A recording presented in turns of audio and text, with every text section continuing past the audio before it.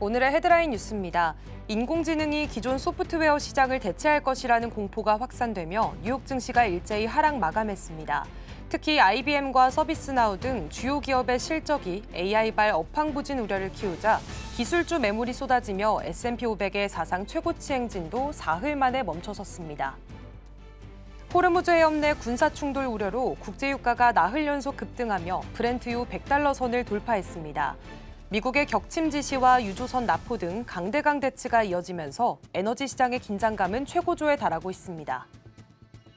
비트코인이 중동 휴전 연장 소식에 힘입어 3개월 만에 $79,000 선을 돌파하며 가파른 회복세를 보이고 있습니다. 현물 ETF로의 자금 유입과 스트래티지의 대규모 추가 매집 등 기관들의 공격적인 베팅이 상승장을 견인하는 모습입니다. 삼성전자에 이어 SK하이닉스도 70%대 영업이익률을 달성하며 메모리 산업이 역대급 구조적 호황기에 진입했습니다. AI 추론 시장 확대로 HBM뿐만 아니라 기업용 SSD 수요까지 폭증함에 따라 양사의 올해 합산 영업이익은 500조 원을 상회할 것으로 전망됩니다.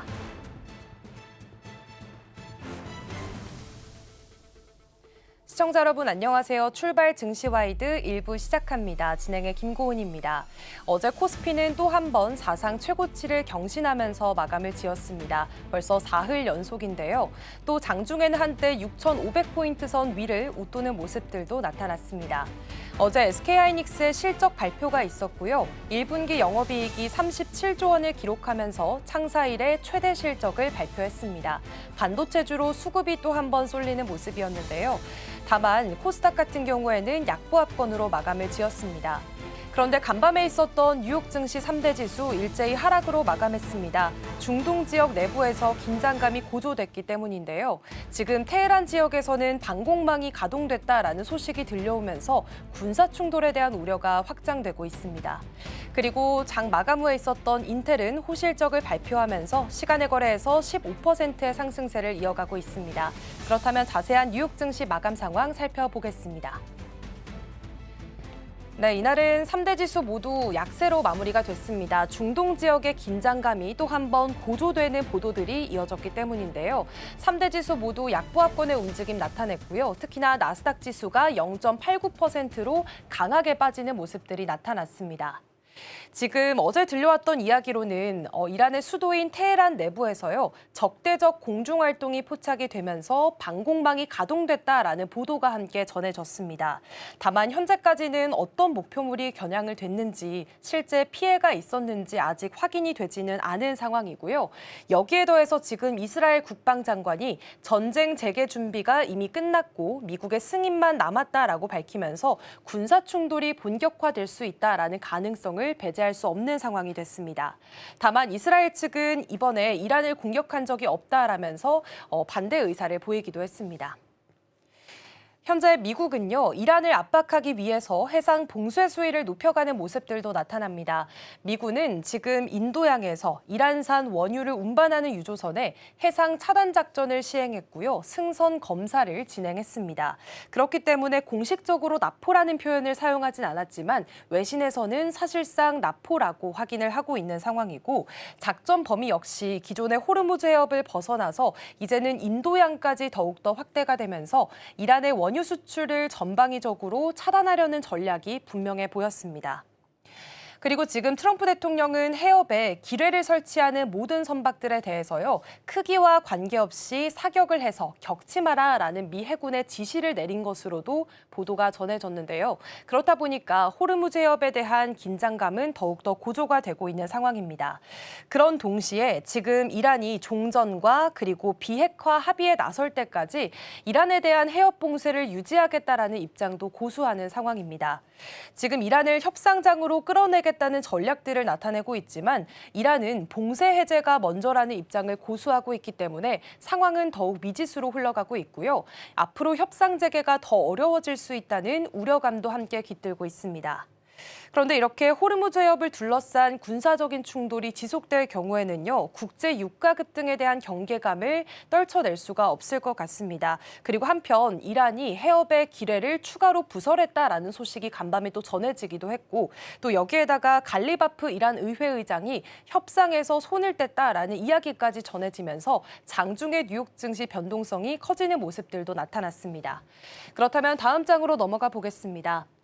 간밤에는 트럼프 대통령의 기자회견 질의응답 내용들을 좀 가지고 왔습니다. 우선 이란전에서 핵무기를 사용하지 않겠다라고 이야기를 하면서요. 이란은 협상을 원한다는 메시지를 다시 한 번 더 제기를 했습니다. 그리고 지금 이란 측이 먼저 접촉을 해오고 있는 상황이고 협상 주도권은 미국에 있다고 밝혔습니다.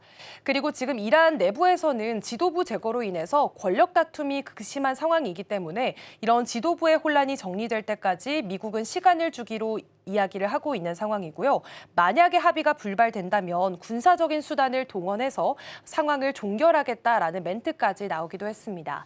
그리고 여기에 더해서 이스라엘과 레바논의 휴전이 3주간 연장됐다라는 보도도 속보로 전해지기도 했습니다. 그렇다면 다음 장으로 넘어가 보겠습니다. 이런 상황에서 미국 내부의 정치적인 상황도 변수로 꼽힙니다. 지금 미 상원에서는요, 대통령 전쟁 권한을 제한하는 결의안을 표결하는 절차가 간밤에 진행됐는데요. 그런데 찬성 46표, 반대 51표로 부결이 됐습니다. 결국 본회의 상정조차 이뤄지지 못했고요. 이 결의안 자체는 의회 승인 없이 지금 미군이 이란과의 교전에 참여하지 못하도록 제한을 하는 것이었습니다. 그런데 지금 공화당이 전부 반대 입장을 표시하게 되면서 이 부분에 있어서는 우려감이 더 커진 상황입니다.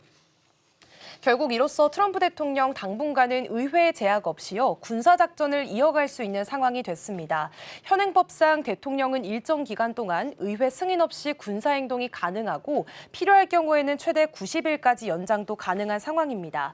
그렇기 때문에 결국 미국 내부에서도 군사 개입을 둘러싼 정치적인 공방은 이어지고 있지만 이 간밤의 결과로서는 당장 트럼프 대통령이 이란을 향한 강력한 조치들이 조금 더 힘이 실리는 모습들도 나타났습니다.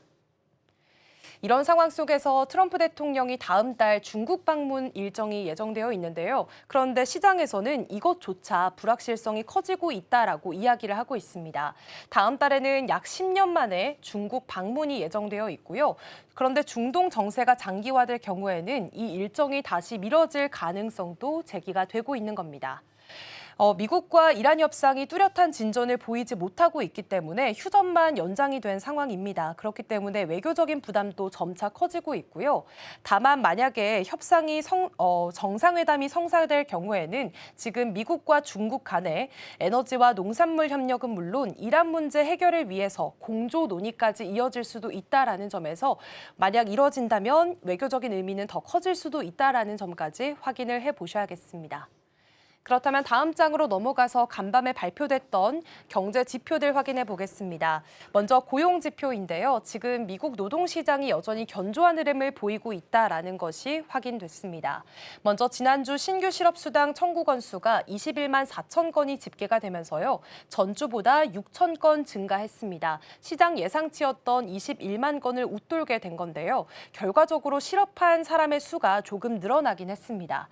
그리고 계속 실업수당 청구 건수도 182만 1천 건으로요. 전주보다 12,000건 늘어나게 됐지만 그래도 시장에서는 여전히 낮은 수준이다라고 긍정적으로 해석을 했습니다.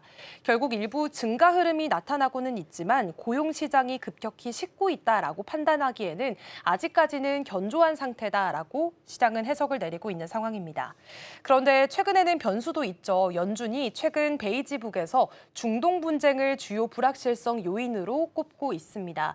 그렇기 때문에 지금 기업들이 고용과 투자 결정을 미루는 관망세가 확산이 되고 있기 때문에 이런 점들은 앞으로 고용 둔화 가능성을 시사하는 신호로 해석을 해볼 수가 있겠고요. 그렇기 때문에 앞으로 나오게 될 이런 노동 지표가 경제 지표가 연준 금리 경로와는 또 어떻게 움직이게 될지 이 부분들에 조금 더 주목을 하고 있습니다.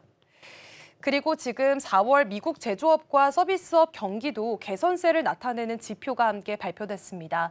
S&P 글로벌 서비스업 PMI는 51.3이 나타나면서 전달보다 상승하면서 다시 확장 구간을 나타냈고요. 역시나 제조업 PMI도 54를 기록하게 되면서요. 마찬가지로 전달 52.3보다 오르게 되면서 시장 예상치를 웃도는 모습이었습니다. 지금 PMI는 50을 기준으로 해서 경기 확장과 위축을 판단하는 지표인데요. 그런데 두 가지 지표에서 모두 50을 상회하는 모습들을 나타냈기 때문에 경기 흐름이 전반적으로 다시 살아나는 모습들을 확인해 볼 수 있습니다.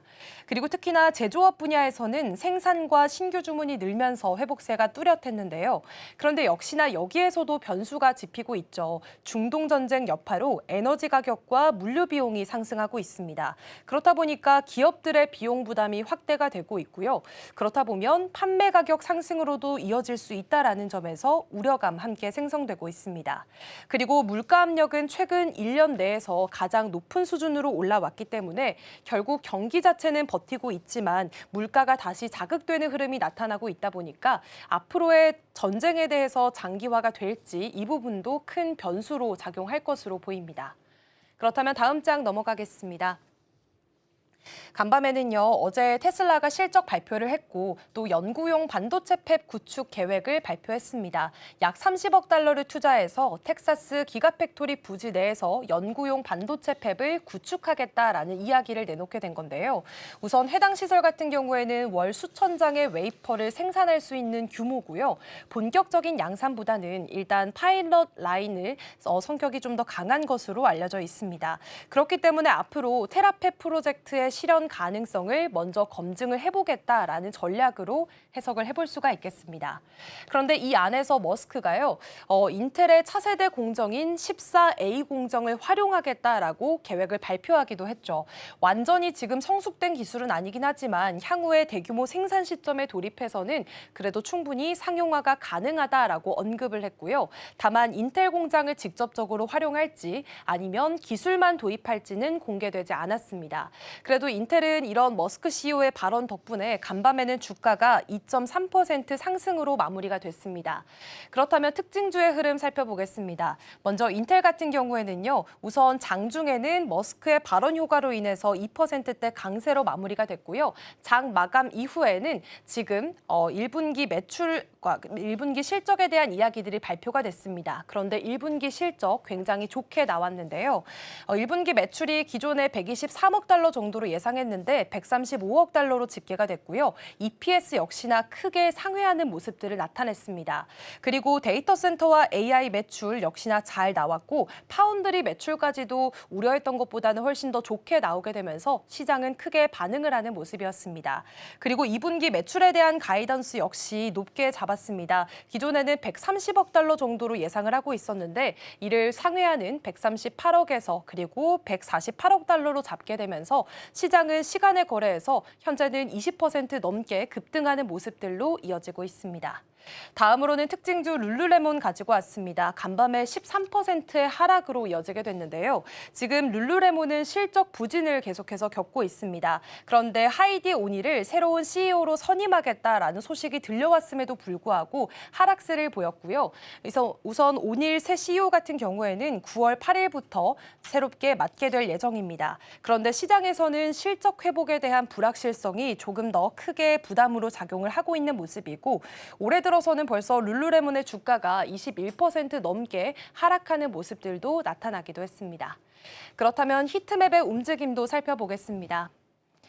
네, 이날은 그래도 특징적으로 살펴보자면 필라델피아 반도체 지수가 또 한 번 올랐습니다. 17거래일 연속 상승 흐름을 이어가고 있고요. 사상 처음으로 10,000포인트를 달성했다라는 소식들도 함께 들어와 있습니다. 먼저 마이크로소프트 살펴보면 4% 가까운 낙폭을 그렸습니다. 호주에 180억 달러 투자 예정이다라는 소식이 들려왔지만 이날은 소프트웨어 전반의 주가가 좀 하락하는 흐름이었는데요. 그 배경을 살펴보니까 서비스나우가 어제 실적 발표를 했는데 중동 전쟁의 여파로 인해서 구독 수익 성장이 둔화됐고요. 그렇다 보니 주가가 17% 급락으로 이어지게 됐습니다. 이런 서비스나우의 부진이 다른 소프트웨어 업체들로까지 모두 하락세가 확산되는 모습이었습니다. 다음으로 엔비디아는 1.4% 하락했습니다. 지금 미 상무장관이 엔비디아가 아직 중국에 H200 칩을 판매하지 않았다라는 이야기를 내놓게 되면서요. 약세를 이어가게 됐고요. 그리고 인텔 같은 경우에는 앞서 지금 머스크 CEO의 발언으로 인해서 2% 강세를 이어갔고 장 마감 후에 있었던 실적 발표도 좋게 나오면서 20% 시간의 거래에서 뛰는 모습들도 확인되고 있습니다. 그리고 IBM의 경우에는 8% 약세로 이어지게 됐는데요. 호실적이 나왔음에도 불구하고 연간 가이던스에 대한 실망감 속에서 약세를 나타내게 됐습니다. 그리고 테슬라도 이날 3.5% 하락했습니다. 실적 역시나 어제 발표했는데 잘 나왔습니다. 다만 올해 자본 지출 규모를 37조 원 이상으로 대규모 지출을 예고하게 되면서 부담감 속에 하락세를 이어가게 됐고요. 메타의 경우에도 2.3% 빠졌습니다. 지금 경영 효율성을 높이기 위해서 전체 인력의 10%를 감축한다라는 이야기까지 함께 들려왔고 넷플릭스는 장중에 230억 달러 규모의 자사주 매입을 승인했다라는 소식이 있었음에도 불구하고 0.5%가량 하락하는 모습이었습니다.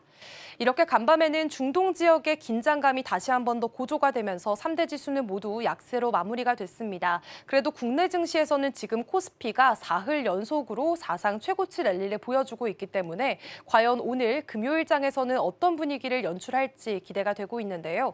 그렇다면 승희 앵커 오늘 국내 증시에서는 어떤 포인트 짚어보면 좋을까요?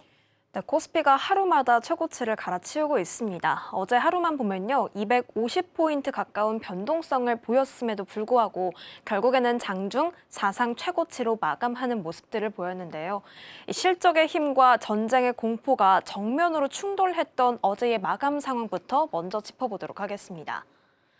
네, 어제 우리 시장은 양시장 엇갈린 온도로 마치게 됐습니다. 코스피는 0.9% 오르게 되면서 6,475선에서 마치게 됐습니다.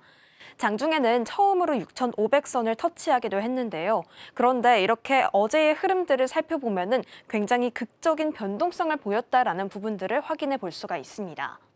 자, 일단은 장 초반에는 SK하이닉스의 호실적 그리고 여기에 대해서 미국 쪽에서도 반도체주가 강세였기 때문에 반도체를 중심으로 한 매수세가 유입이 되면서 6,557선까지 지수는 치솟기도 했습니다. 자, 그런데 이 흐름을 뒤바꿨던 건 역시나 전쟁 변수였습니다.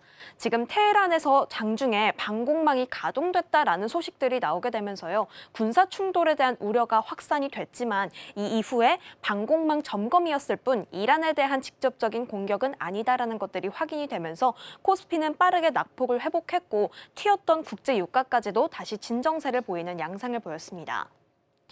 자, 이러한 가운데 코스피는 결국에는 사상 최고치로 마감하는 모습들을 보였는데요. 지금 계속해서 4흘 연속 상승하게 되면서 최고치를 한 단계씩 높여가는 흐름들을 보여주고 있습니다. 수급 쪽에서는 어제 개인만이 홀로 순매수하면서 지수를 견인해줬고요. 외국인과 기관은 동반 매도세 보였습니다. 자, 하지만 어제 코스닥은 이 흐름을 같이 하지는 못했습니다. 0.58%의 약보합권에서 마치게 되면서 1174선에서 장을 끝내게 됐는데요. 9거래일 연속 상승하던 흐름들을 멈추고 하락 전환하게 된 거였습니다. 코스닥 수급은 코스피와 같았습니다. 개인이 홀로 지수를 끌어올렸고요. 외국인과 기관은 함께 물량을 던졌습니다. 자, 이렇게 계속해서 지정학적인 리스크가 발목을 잡는 가운데 어제 환율도 다시 1,480원대 종가를 형성하면서 나흘 만에 이 숫자를 한 번 더 보게 됐습니다.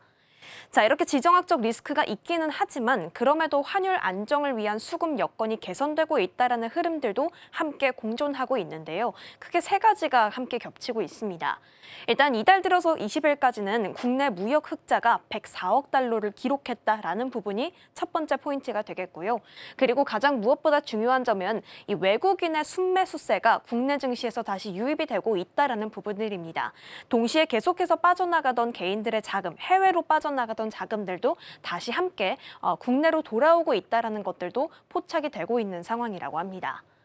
여기에 대해서 마지막으로 WBGR 편입으로 지금 외국인의 채권 자금이 유입이 되면서 달러 공급 우위인 환경이 개선이 되고 있다는 부분들이 지금 환율 측면에서는 안정 요인으로 작용하고 있다는 점들 체크해 볼 수가 있습니다. 다만 미래에셋증권은 이렇게 말하기도 합니다. 유가 하나의 시장이 크게 흔들린다는 건 그만큼 시장 체력이 약하다라는 것도 의미할 수 있다라는 그런 코멘트도 있는 만큼 이러한 것들도 우리가 함께 유념하면서 가져가야 될 부분들이 되겠습니다. 결국 아직 중동발 이런 리스크는 언제든지 재현이 될 수 있는 만큼 지금 증시, 종목과 이런 업종별 차별화 장세가 이어지고 있다는 것들은 계속 확인이 되고 있고 앞으로도 그럴 가능성은 유지가 될 것으로 보입니다. 자, 그렇다면 어제 강했던 업종들도 다음으로 바로 체크해 보도록 하겠습니다. 가장 먼저 반도체를 눈여겨봐야 할 것 같은데요. 어제는 하이닉스의 실적이 발표되면서 이 실적에 대한 내용들이 시장의 화두였습니다. 자, 일단은 하이닉스의 1분기 매출은 52조 5,700억 원가량 나오게 됐고요. 그리고 영업이익은 37조 6천억 원이 찍히게 됐습니다. 이 분기 매출이 처음으로 50조 원을 돌파하게 된 거고 매출은 전년 동기 대비했을 때 198% 그리고 영업이익은 405% 급증한 수치입니다. 그러면서 창사 이래 최대 실적을 내게 된 하이닉스였는데요. 그럼에도 불구하고 아무래도 지금 40조에 대한 영업이익 부분들이 거론이 되다 보니까 SK하이닉스는 실적 발표 이후에 장중의 변동성을 굉장히 극심하게 보였고요. 세론까지 나타나기도 했고 어제는 그러면서 오히려 삼성전자 쪽에 강한 탄력을 보이기도 했습니다. 자, 그럼에도 불구하고 영업이익률이 72%가 찍힌 것들을 확인해 볼 수가 있었습니다. 이는 글로벌 빅테크, 마이크론이나 TSMC와 비교했을 때도 이들을 상회하는 글로벌 톱 수준이었다라는 부분들까지 확인이 됐습니다. 결국에 이렇게 실적이 분기 기준으로 사상 최대 실적을 발표하게 되면서 앞으로 하이닉스에 대한 기대감은 더욱더 커지고 있는 국면인데요. 숫자만큼 중요한 게 컨콜에서 나온 메시지이기 때문에요. 이 안에서 중요한 내용들 살펴보면서 투자 포인트 잡아보도록 하겠습니다. 자, 일단은 핵심은 공급 부족은 구조적으로 진행되고 있다는 부분들이 첫 번째로 제기가 됐습니다. 최근에 메모리 현물가가 약세를 보이기도 하면서 수요 둔화 우려가 한번 제기됐었는데요. 이에 대해서 하이닉스 측에서는 현물 시장은 전체 디램에서 차지하는 규모가 매우 적기 때문에 전체 시장을 대변하지는 않는다라고 선을 그었습니다. 그러면서 이번 가격 상승은 일시적인 수급 불균형이 아니라 구조적으로 돌아가는 변화다. 그런데 그 기인은 AI 기술 발전이 만들어내고 있다라고 말했습니다. 그러면서 고객들은 사실 가격보다도 물량을 어느 정도 많이 확보할 수 있는지가 더 중요하다라고 하면서 지금 이루어지고 있는 가격 환경은 우호적으로 계속 지속될 것이다라고 못 박았습니다. 자, 그러면서 LTA 장기 공급 계약에 대한 부분들도 함께 거론을 하게 됐는데요. 이 단연 LTA가 정착이 된다면 사이클 변동성이 줄어들게 됩니다. 시장을 타지 않게 되는 거죠. 그러면서 소액 안정성과 기업 가치가 함께 올라가는 구조들이 장기 공급 계약을 통해서 형성됩니다. 그런데 지금 메모리 부족 장기화로 인해서 고객들의 LTA 요청이 더욱더 커지고 있는 상황이라고 합니다. 하지만 동시에 공급은 또 제약이 되고 있기 때문에 이들의 모든 요청은 수용하기가 어려운 상태다. 공급은 타이트하고 지금 주문량은 계속해서 하이닉스 쪽에서 오고 있다는 것들을 확인해 볼 수 있는 멘트였습니다. 자, 그러면서 제품 로드맵도 함께 언급했습니다. 지금 HBM4 관련해서는 적기에 공급할 것을 준비하고 있고요. 그리고 다음 세대인 HBM4E는 하반기에 샘플을 공개하면서 2027년에 양산할 것을 목표로 잡고 있습니다. 자, 그리고 얼마 전에 시장을 달궜던 소캠2 또한 지금 이번 달부터 양산을 개시할 예정이라고 하고요. 낸드 측면에서도 세계 최초로 321단 QLC 낸드를 개발해서요. 지금 올해 말까지 국내 생산의 50% 이상을 전환할 것이다라고 밝혔습니다. 자, 이렇게 전반적으로 메모리 공급 부족이 일어나고 있는 상황들을 멘트에서 체크해 볼 수가 있겠는데요. 그러면서 전년 대비했을 때 투자 규모 또한 올해 대폭 확대될 것이다라고 언급하기도 했습니다. 여기에 더해서 주주 환원에 대한 부분도 함께 체크해 보시면요. 올해 자사주 매입과 소각과 관련한 정책들을 연내 마련할 예정이고 그리고 시장에 가장 관심을 모으고 있는 미국 ADR 상장에 대한 부분들도 지금 승인 절차를 밟고 있는 중이며 확정 시 공유하겠다라고 언급하기도 했습니다. 자, 그렇다면 다음 페이지를 통해서요. 이렇게 호실적이 한국 경제 전반에 파장을 미치고 있는 부분들까지 체크해 보겠습니다. 어제 1분기 GDP 성장률이 좀 공개가 됐었는데요. 1.7% 깜짝 성장 기록을 발표하게 됐습니다. 사실 예상치는 0.9%였는데요. 이보다 2배 이상 성장한 것으로 확인이 되고 있고 역시나 이 안에서는 반도체와 같은 IT 수출이 5.1% 늘면서 성장을 주도해 줬습니다. 결국 전쟁이 상존하는 과정 속에서도 한국의 기초 체력은 여전히 탄탄하다라는 것을 확인시켜준 숫자였습니다. 자, 그리고 추가적으로 삼성전자 쪽에서 나온 이야기도 한 가지 체크해 보겠습니다. 지금 중국 1위 증권사인 화타이증권이 이 삼성의 목표 주가를 35만 6천 원까지 제시하는 그런 모습을 보였는데요. 사실 중국 본토 증권사가 한국 개별 상장사를 분석한 거는 이번이 처음이라고 합니다. 그러면서 지금 해당 증권사는 삼성전자가 AI 인프라 수요 확장의 핵심 수혜자다라고 평가하기도 했습니다. 결국에 지금 코스피가 다른 글로벌 지수 대비했을 때 강세를 보이고 있는 상황 속에서 이렇게 중국까지 한국 코스피를 관심을 돌리고 있다는 것들이 확인이 되고 있는 상황이고요. 그러면서 지금 계속해서 힘을 모아가고 있는 반도체에 대한 관심과 주목도는 여전히 키워볼 필요가 있는 구간이다라고 볼 수가 있겠습니다. 자, 그렇다면 두 번째 업종으로 한번 넘어가 보도록 하겠습니다. 원전입니다. 어제 원전주도 동반 강세를 보이게 됐었는데요. 두산 에너빌리티가 5%, 한전기술은 4%대의 상승 탄력을 보여줬습니다. 가장 컸던 핵심 재료는 이재명 대통령이 베트남 국빈 방문을 하게 되면서 원전 관련한 협력이 나왔다라는 것들이 재료가 되어줬습니다. 한국전력과 베트남 국가산업에너지공사가 원전 개발 협력 가능성 검토 MOU를 체결하게 됐는데요. 지난해에는 인력 양성 MOU에 그쳤었는데 지금 이제 신규 원전 건설로 협력 범위가 한층 더 확대되고 구체화되는 양상들을 확인해 봤습니다. 핵심은 닌212 원전입니다. 이에 들어가는 사업비는 30조 원가량 되고요. 원전 4기를 건설하는 프로젝트입니다. 그리고 2호기 같은 경우에는 팀코리아의 수주가 유력한 상황이라고 합니다. 자, 그런데 이뿐만이 아닙니다. 체코 쪽에서도 22일에 한국 원전을 언급하는 그런 코멘트가 있었는데요. 지금 체코 측에서는 한국이 유럽 원전 시장을 함께 개척할 핵심 파트너다라고 언급하면서 이에 대한 핵심 근거는 압도적인 시공 능력과 기술력이다라고 봤습니다. 그러면서 지금 체코 쪽에서 진행되고 있는 두코바니 원전에 대한 프로젝트 24조 원 규모 정도가 되죠. 이는 순조롭게 진행 중이다라고 봤고요. 추가 건설에 대한 긍정적인 전망까지도 확인해 볼 수가 있었습니다. 자, 그러면서 NH투자증권의 코멘트까지 함께 짚어보시면 향후 5년 동안은 원전 관련한 EPC 수주만 해도 500억 달러가 지금 기대가 된다라고 한 상황입니다. 결국에는 AI 데이터 센터라는 수요 확장 속에서 이 수주까지 함께 붙고 있는 모습들이 확인이 되고 있는 만큼 원전에 대한 속도와 추진력은 유지가 되고 있는 상황이다라는 것들을 다시 한번 상기할 수가 있었습니다. 자, 그렇다면 다음 섹터로 넘어가 보도록 하겠습니다. 어찌 보면 원전과 같은 맥락을 가지고 있는 전력과 전선주들인데요. 어제 LS 일렉트릭도 두 자릿수대 상승세를 보였고 가온전선을 비롯한 전선주들의 상승 탄력도 매우 좋았습니다.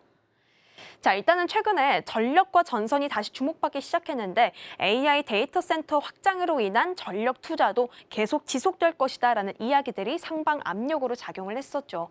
그런데 어제 기후에너지환경부가 공개한 숫자는 이 규모를 다시 한 번 더 확인시켜줬습니다. 일단 2040년 전력 수요가 현재보다 37% 증가한 138.2기가와트시에 달할 것이다라고 봤습니다. 이뿐만 아니라 올해 연중 최대 전력 수요 역시 가파르게 상승할 것으로 봤는데요. 이렇게 전력이 확장된다라는 것들은 전선과 배전 인프라 투자 수요까지도 함께 커질 수 있는 그런 구조적인 상황으로 만들어질 수가 있습니다. 이제는 선택이 아니라 필수가 되는 거죠. 그렇기 때문에 전선주도 어제 함께 동반 상승하는 양상을 보였던 겁니다. 자, BNK 투자증권은 이렇게 말하기도 했습니다. 글로벌 전력 사이클이 지금 송전에서 배전으로 전환이 되면서 구조적인 성장이 본격화되고 있다라고 봤는데요. 지금 빅테크와의 데이터 센터 계약이 심지어 일회성이 아니라 중기 고정 계약으로 진화하고 있고 게다가 배전 제품은 교체 주기가 매우 짧기 때문에 반복 매출로 이어지는 고마진 구조가 형성이 된다라고 봤습니다. 한 번 깔리게 된다면 교체 수요가 반복적으로 나오게 되는 구조다라는 말이겠죠. 자, 그러면서 어제 개별 기업들의 어떤 프로젝트 수주까지도 함께 붙으면서 탄력도를 더했습니다. LS그룹 계열사들을 중심으로 한번 좀 살펴보자면요. LS 에코에너지 같은 경우에는 베트남에서 이 하이퐁 신도시에 초고압 케이블을 공급할 예정입니다. 급의 이 초고압 케이블로요. 글로벌 인증까지 획득하면서 북미 시장에 대한 진입 기반까지도 마련을 하고 있는 상황입니다. LS전선도 마찬가지로 전력 안정화 솔루션 제시한 상황이고요. LS 머티리얼즈 또한 미국 에너지 기업의 핵 융합 상용화 실증 프로젝트에 울트라 캐퍼시티를 공급할 예정이다라고 밝혔습니다. 결국에 지금 전력 수요는 가파르게 늘어나고 있는 상황 속에서 개별 수주 파이프라인까지 함께 붙고 있는 모습들을 전력 내에서도 확인해 볼 수가 있겠습니다. 앞에서 원전도 그렇게 살펴봤지만 이 데이터 센터가 늘어남에 따라서 전력 수요까지도 이 인프라 투자까지도 함께 확대되는 양상들 우리가 지속적으로 관심을 가져볼 이유들이 되겠습니다. 자, 이렇게 지금 계속해서 전쟁은 이어지고 있습니다. 불안한 잡음은 들리고 있지만요. 지수는 이를 감수하면서 계속해서 상방으로 움직이고 있는 모습들을 확인해 볼 수가 있습니다. 그럼에도 어제는 우리가 실적과 기초 체력이 여전히 탄탄하다라는 것들까지도 체크해 볼 수가 있었죠. 결국에 이러한 실적의 힘이 전쟁이 이어지는 동안 든든한 버팀목이 계속 되어줄 수 있을지는 지켜봐야겠습니다. 지금까지 마켓 클로즈업이었습니다.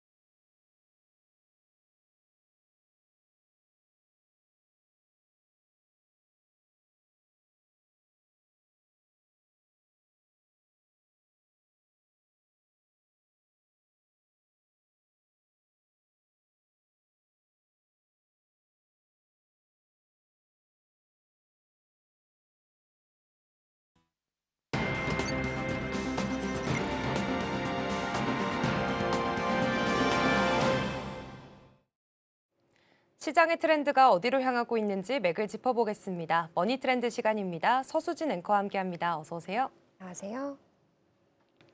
네, 먼저 첫 번째 키워드부터 살펴보겠습니다. 최근 뉴욕 증시에서는 메모리 반도체 기업들을 담은 ETF로 자금이 대거 유입이 되면서 삼성전자에 대한 글로벌 투자자들의 관심도도 높아지고 있습니다. 특히나 미국의 라운드 힐 메모리 ETF로의 자금 흐름이 눈에 띄고 있는데요. 이게 삼성전자에 대한 가치 재평가로 이어질 수 있을까요? 네, 현재 글로벌 투자 시장에서 이 삼성전자를 바라보는 시각들이 확연히 달라졌습니다. 특히 미국 뉴욕 증시에 상장된 라운드힐 메모리 ETF로 유입되고 있는 자금 규모가 시장의 예상을 뛰어넘는 수준인데요.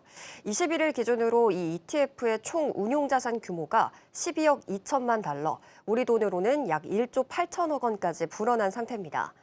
상장 초기였던 4월 2일 당시에는 자산 규모가 25만 달러에 불과했다라는 점을 고려했을 때 불과 20일 만에 이 자산이 4,800배나 급증한 셈인데요. 이례적인 자금 유입의 핵심 원인은 삼성전자의 높은 비중입니다.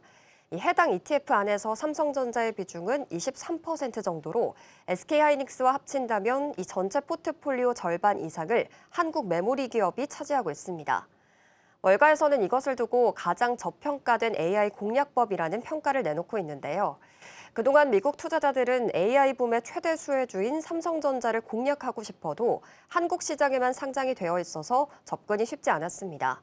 그런데 이 ETF가 출시되면서 삼성전자를 직접 매수하는 것과 같은 효과를 누릴 수가 있게 된 건데요. 결국에 글로벌 자본들이 이 삼성전자의 메모리 기술력을 AI 인프라 확장의 핵심 동력으로 인정하고 본격적인 베팅을 시작했다고 해석할 수 있습니다. 단순한 유행을 넘어서 이제 삼성전자의 본질적인 가치가 글로벌 표준으로 자리 잡고 있다라고 보기도 할 수가 있을 텐데요. 이러한 자금의 흐름은 향후 삼성전자의 주가 하방 경직성까지 확보해주는 동시에 이 외국인의 수급을 강력한 뒷받침으로 해줄 가능성이 매우 높겠습니다. 네, 지금 글로벌 자금 흐름들이 삼성전자의 기초 체력을 다시 한 번 더 확인해주고 있습니다. 그렇다면 이런 흐름을 이어가기 위해서 삼성전자의 내부 전략도 중요해 보이는데요. 최근 평택 P4 공장의 장비 발주 시점을 앞당겼다라는 소식도 전해집니다. 삼성전자의 이런 속도전 전략 어떻게 해석해 봐야 될까요? 네, 지금 초격차를 회복하기 위해서 이 삼성전자가 사활을 건 속도전을 펼치고 있습니다. 이 평택 P4 공장의 장비 반입 시점을 기존 계획보다 2개월이나 앞당겼는데 이 시장의 주도권을 단숨에 탈환하겠다라는 강력한 의지로 보여집니다. 삼성전자는 2026년 5월부터 평택 P4 라인의 전공정 장비 배치를 시작할 예정입니다. 특히 이번 투자는 6세대 고대역폭 메모리인 HBM4의 핵심 부품인 일시 D램 양산에 초점이 맞춰져 있는데요. 삼성전자가 장비 발주를 서두르는 이유는 초기 수율을 빠르게 안정화하기 위해서입니다. 수율을 선제적으로 확보해야만 글로벌 빅테크 기업들의 까다로운 품질 테스트를 통과할 수가 있고 이 폭발적인 수요까지 독점할 수가 있기 때문입니다. 삼성전자의 이번 전략은 메모리 사업부와 파운드리 사업부의 원팀 시너지를 극대화하는 방향으로 설계됐습니다. HBM4부터는 메모리칩 하단에 들어가는 이 베이스 다이에 시스템 반도체 공정이 적용됩니다. 삼성전자는 메모리 생산부터 파운드리 공정 그리고 첨단 패키징까지 이 전 과정을 한꺼번에 제공하는 턴키 체제를 갖추고 있습니다. 외부 파운드리 업체를 빌려 써야 하는 경쟁사들과 차별화될 수 있는 이 삼성전자만의 독보적인 무기인데요. 계획대로 투자가 진행이 된다면 삼성전자의 일시 D램 생산 능력은 월 13만 장에서 14만 장 규모로 대폭 확대됩니다. 막대한 물량을 안정적으로 공급할 수 있는 기반이 마련이 되는 건데 업계에서는 이번 P4 라인의 조기 안착 여부가 2026년 삼성전자의 반도체 부문의 부활을 결정지을 것으로 보고 있습니다. 공급망 지연 리스크를 최소화하고 가격 경쟁력까지 갖춘 이 삼성전자의 반격이 본격화되었다고 보이고 있습니다. 네, 이렇게 삼성전자의 속도전 전략이 과연 올해 삼성전자의 반도체 부문 부활로 이어지게 될지 지켜봐야겠습니다. 여기에다가 최근에는 구글과의 협력 강화 소식도 시장에 관심을 모으고 있는데요. 앞으로의 전망들 어떻게 봐야 될까요? 네, 삼성전자는 구글의 AI 생태계 확장에 따른 직접적인 수혜자로 부상하면서 올해 역대급 실적 달성이 유망해 보입니다. 구글의 8세대 AI 칩인 TPU-8i에 탑재되는 HBM 용량이 전작 대비해서 1.5배 늘어난 288GB로 확정이 되면서 이 삼성전자의 공급량도 급증할 전망입니다. 여기에 더해서 SRAM이라는 새로운 성장 동력까지 가세하고 있는데요. 이제 단순히 학습하는 단계를 넘어서 스스로 판단하는 추론의 시대로 접어들게 되면서 데이터의 처리 속도가 매우 빠른 이 SRAM의 중요성이 커졌기 때문입니다. 지금 구글의 TPU-8i에 들어가는 SRAM 용량은 전작보다 3배 이상 늘어난 384MB에 달합니다. 삼성전자는 SRAM 적층 기술에서 세계 최고의 수준의 경쟁력을 보유하고 있어서 앞으로 공급하는 시장에서 압도적인 우위를 점할 것으로 보여집니다. 이러한 기술적인 우위는 구체적인 실적 수치로도 증명이 될 것인데요. 일단 올해 영업이익은 300조 원, 내년에는 400조 원까지 전망이 나오고 있습니다. 특히 올해 2분기에는 이 낸드 플래시의 평균 판매 가격이 전분기 대비해서 67%나 급증할 것으로 예상이 되어서 반도체 부문에서만 357조 원 이상의 이익을 거둘 것으로 보입니다. 시장에서는 이러한 성장성을 반영해서 삼성전자의 목표 주가를 상향 조정하고 있는데요.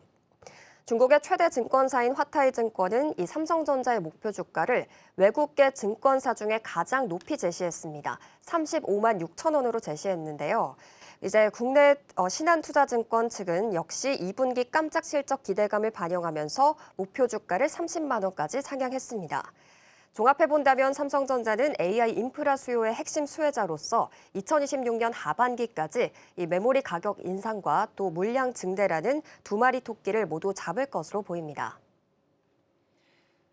네, 또 어제는 삼성전자가 장중 한때 5%를 넘기면서 코스피 지수가 6,500포인트를 터치하는 데 힘이 돼줬습니다. 앞으로 구글과의 협력 또한 강화가 된다면 주가 흐름들 기대해 보셔도 좋겠습니다. 그렇다면 다음 주제로 넘어가 보겠습니다. 중국 관련 소식인데요. 중국의 올해 1분기 경제 성장률이 5%를 기록하면서 시장 예상치를 웃돌았습니다. 하지만 이렇게 수치만 봤을 때는 깜짝 성장이었는데 정작 시장의 반응은 기대보다 차가운 모습이었는데요. 이번 성장률의 이면에는 어떤 한계를 찾아볼 수 있을까요? 네, 지금 중국 경제 지표상의 반등은 반갑지만 내실을 들여다보면 불안 요소가 가득합니다. 이 성장의 질적인 측면에서 불균형이 너무 심화하고 있기 때문인데요. 지난 4월 16일 중국 국가통계국이 발표한 지표를 보면 외형적으로는 연간 목표치인 5%에 턱걸이하면서 순조로운 출발을 알린 듯합니다. 하지만 내용을 뜯어보면 이야기가 달라집니다. 가장 큰 문제는 내수 부진인데요. 1분기 경제 성장의 85%를 내수가 떠받쳤다고는 하지만 정작 3월의 소비 판매 증가율은 1.7%에 그쳤습니다. 시장 전망치인 2.4%를 크게 밑도는 수준인데요. 특히 중국 경제의 고질적인 병폐인 부동산 시장은 여전히 바닥을 찾지 못하고 있습니다. 3월 주택가격은 전년 대비해서 3.4% 하락했고요. 부동산 투자는 무려 11.2%나 급감했습니다. 중국 가계자산의 상당 부분이 부동산에 묶여 있다라는 점을 고려했을 때 이 부동산 침체가 소비 심리를 꽁꽁 얼어붙게 만드는 악순환이 계속되는 겁니다. 여기에 도시 실업률까지 5.4%로 다시 치솟으면서 민간 부분의 기초 체력이 바닥났다라는 평가가 지배적인데요. 즉 정부가 주도하는 생산과 투자가 지표를 끌어올렸을 뿐 국민들의 실제 주머니 사정은 전혀 나아지지 않았다고 볼 수 있겠습니다. 네, 지금 겉보기에는 중국 경제가 성장한 것처럼 나오게 됐지만 내수 부진이라는 문제가 더욱더 심각해 보입니다. 여기에다가 최근 대외 여건까지 중국의 우호적이지 않은 환경들이 만들어지고 있는데요. 특히나 지난 2월 말부터 시작됐던 중동 전쟁의 여파가 중국의 주력 수출 산업인 자동차 산업에도 영향을 미치고 있는 모습입니다. 구체적으로 지금 어떤 상황일까요? 네, 지금 중국 자동차 업계는 내수에서의 출혈 경쟁을 수출로 메워왔는데 이제 그 길마저 막힐 위기에 처했습니다. 이란 전쟁으로 인한 물류비 폭등이 중국 기업들의 수익성을 심각하게 갉아먹고 있는 건데요. 최근 중국 자동차 공업협회 자료를 보면 극명한 온도차가 느껴지고 있습니다. 올해 1분기 중국의 내수 판매는 20% 넘게 급감한 반면 수출은 56% 넘게 폭증했습니다. 문제는 이 수출길이 이란 전쟁이라는 암초를 만났다라는 것인데요. 호르무즈 해협 통행이 불안정해지면서 지난 한 달간 이 자동차 운송 비용이 최고 40%까지 치솟았습니다. 비아디 같은 주요 기업들은 희망봉으로 우회하면서 열흘 이상의 시간과 비용을 추가로 지출하고 있는 상황인데요. 더 심각한 건 수익성입니다. 지난해 중국 자동차 업계의 내수 판매 이익률이 4%대였는데 올해 1, 2월에는 2.9%까지 떨어졌습니다. 수십 개 브랜드가 살아남기 위해서 제살 깎아먹기식 가격 경쟁을 벌인 결과인데요. 내수에서 손해를 본 것을 수출로 만회해야 하는데 이제는 운임 비용이 수출 원가의 10%를 차지할 정도로 커졌습니다. 배를 직접 건조하겠다라는 무리수까지 두고 있지만 척당 1,000억 원이 넘는 건조비 때문에 결국 업계의 재무 부담으로 돌아올 수밖에 없겠습니다. 에너지 수입 의존도가 높은 중국 입장에서 유가 상승과 물류난은 하반기 성장 동력을 완전히 꺾어버릴 수 있는 시한폭탄과 같겠습니다. 네, 지금 중국은 안팎으로 부담이 커지고 있는 상황입니다. 이런 가운데 유럽 등 주요 글로벌 시장에서도 중국을 바라보는 시선이 굉장히 차가운데요. 특히나 한국과 유럽이 협력해서 중국의 전기차 공세에 대응하려는 움직임까지 감지가 되고 있습니다. 이런 흐름들이 중국의 글로벌 고립을 더욱 심화시키는 신호로 봐도 될까요? 네, 전 세계 자동차 시장의 본고장이라고 불리는 유럽에서 중국의 브랜드의 한계가 드러나고 있습니다. 현재 소비자의 외면과 더불어서 EU 차원의 강력한 견제까지 가시화되면서 고립이 깊어지는 모양새입니다. 실제로 지난 1분기 독일 자동차 시장 판매 순위를 보면요. 중국 브랜드 현주소가 적나라하게 드러나고 있습니다. 20위권 안에 이름을 올렸던 중국 업체는 단 한 곳도 없었는데요. 반면에 한국의 현대차는 9위를 기록하면서 대조적인 성적을 거뒀습니다. 중국의 업체들이 소셜미디어 마케팅에만 열을 올릴 뿐 정작 유럽 소비자들이 중요하게 생각하는 서비스 네트워크나 시승 기회 제공 같은 기본기를 놓쳤기 때문이라는 분석이 많습니다. 또 정책적인 압박도 거센 상황입니다. 유럽 자동차 산업협회는 최근 세계 최대의 전기차 업체인 비아디의 가입 승인을 유보하면서 사실상 거부 의사를 밝혔습니다. 그러면서 동시에 한국의 현대차와는 협력을 강화하겠다라는 뜻을 노골적으로 드러냈는데요. 특히 4월 22일에 방한했던 ACA 사무총장은 한국과 유럽이 공급망 다각화를 통해서 중국의 독주를 막아야 한다고 강조했습니다. 보조금에 의존해서 덩치를 키워왔던 중국의 전기차들이 이제 설 자리가 좁아질 전망이라고 보이고 있습니다. 네, 이렇게 중국의 경제 성장률은 잘 나왔지만 그 이면을 들여다보면 내수 부진과 대외적인 고립이 동시에 진행되고 있습니다. 앞으로 중국이 이런 경제 리스크를 극복할 수 있을지 지켜봐야겠습니다. 그렇다면 마지막 주제로 넘어가 보겠습니다. 리플 소식인데요. 최근 미국 의회에서 서클과 리플 등 주요 암호화폐 기업들의 연방 결제망 접근을 허용하는 페이스 법안이 발의됐습니다. 이 법안이 통과될 경우에는 전통금융과 또 디지털 자산 간의 경계가 크게 허물어지는 계기가 될 것으로 보입니다. 구체적으로는 어떤 변화가 예상될까요? 네, 말씀해주신 이 페이스 법안은 암호화폐 기업이 미국 연준의 결제 인프라에 직접 연결될 수 있도록 하는 법적 근거가 됩니다. 이것을 통해서 리플과 같은 기업들은 기존 은행을 거치지 않고도 독자적인 결제막을 운용할 수가 있게 되는 건데요. 4월 22일 영김 하원 의원과 샘 리카르도 하원 의원이 공동 발의했던 이 법안의 핵심은 비은행 결제 사업자에게도 연준의 마스터 계정 접근권을 부여하는 겁니다. 여기서 주목해야 할 용어가 바로 스키니 마스터 계정인데요.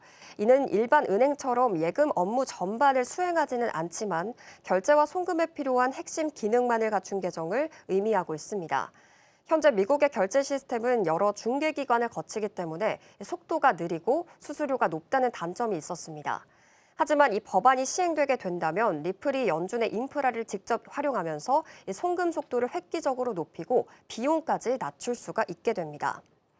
시장에 미치는 영향도 상당할 것으로 전망이 되는데요. 우선 스테이블 코인을 포함한 암호화폐 결제 산업의 구조가 근본적으로 재편될 가능성이 크겠습니다. 디지털 자산이 제도권 금융의 핵심부로 진입하는 상징적인 사건이 되기 때문인데요. 다만 기존 은행권에서는 사기 위험이나 보안 문제를 이유로 반대하고 있어서 향후 의회 논의 과정에서 주도권 다툼이 치열해질 것으로 보입니다. 네, 그런데 실제 기업 현장에서도 리플의 기술력이 검증되고 있다는 소식 들려오고 있습니다. 특히 아메리칸 항공이 리플의 트레저리를 도입해서 성과를 냈다는 사례가 주목받고 있는데요. 구체적으로 어떤 내용일까요? 네, 아메리칸 항공은 리플 트레저리를 통해서 분산되어 있던 이 재무 시스템을 하나로 통합하는 데 성공했습니다. 복잡한 다국적 자금 관리를 자동화하게 되면서 재무 운영의 가시성과 통제력을 동시에 확보한 사례인데요. 보도에 따르면 아메리칸 항공은 60개국 이상에 취항하면서 발생하는 이 복잡한 자금 흐름을 리플의 솔루션으로 관리하고 있습니다. 이전에는 국가별 은행 포털과 또 수많은 스프레드 시트를 수동 대조해야 했기 때문에 비효율이 고질적인 문제였는데요. 하지만 리플이 인수했던 G 트레저리 기반의 리플 트레저리를 도입하면서 모든 재무 데이터가 실시간으로 통합이 됐습니다. 이 플랫폼은 단순 송금을 넘어서 항공기 자산 관리, 계약 정보, 담보 관리까지 하나로 묶어줄 수 있는 통합 데이터베이스 역할을 수행하고 있습니다. 아메리칸 항공의 글로벌 뱅크 책임자는 이 시스템을 도입한 이후에 재무팀이 전략적인 의사결정에 집중할 수가 있게 됐다고 평가했습니다.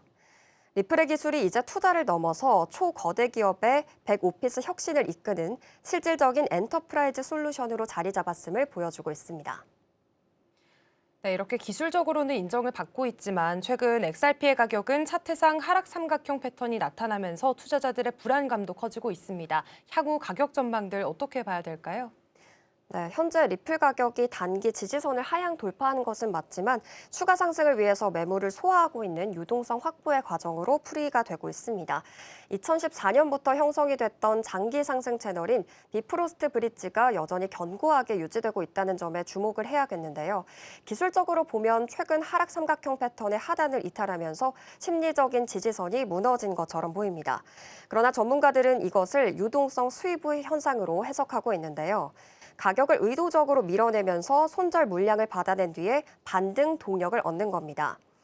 리플은 14개월간의 장기 축적 기간을 거쳤고 펀더멘털은 강화되고 있습니다. 앞으로 실질적인 사용처가 확대되고 있는 모습이 지속이 된다면 하반기 강력한 추세 전환이 전망이 되고 있는데요. 시장 분석가들 사이에서는 이번 조정을 마친 후 리플이 최소 9달러에서 최대 13달러 구간까지 상승할 수 있다라는 시나리오가 힘을 얻고 있습니다. 네, 이렇게 리플 소식까지 전해봤습니다. 그렇다면 머니트렌드는 여기서 마무리하도록 하겠습니다. 서수진 앵커와 함께했습니다. 고맙습니다. 출발 증시와이드 일부가 준비한 소식은 여기까지입니다. 본 방송에서 제공해드린 정보는 투자 판단을 위한 조언일 뿐 해당 종목의 가치와 수익률을 보장하지 않습니다. 이어지는 출발 증시와이드 2부도 많은 시청 부탁드립니다. 시청해주신 여러분 고맙습니다.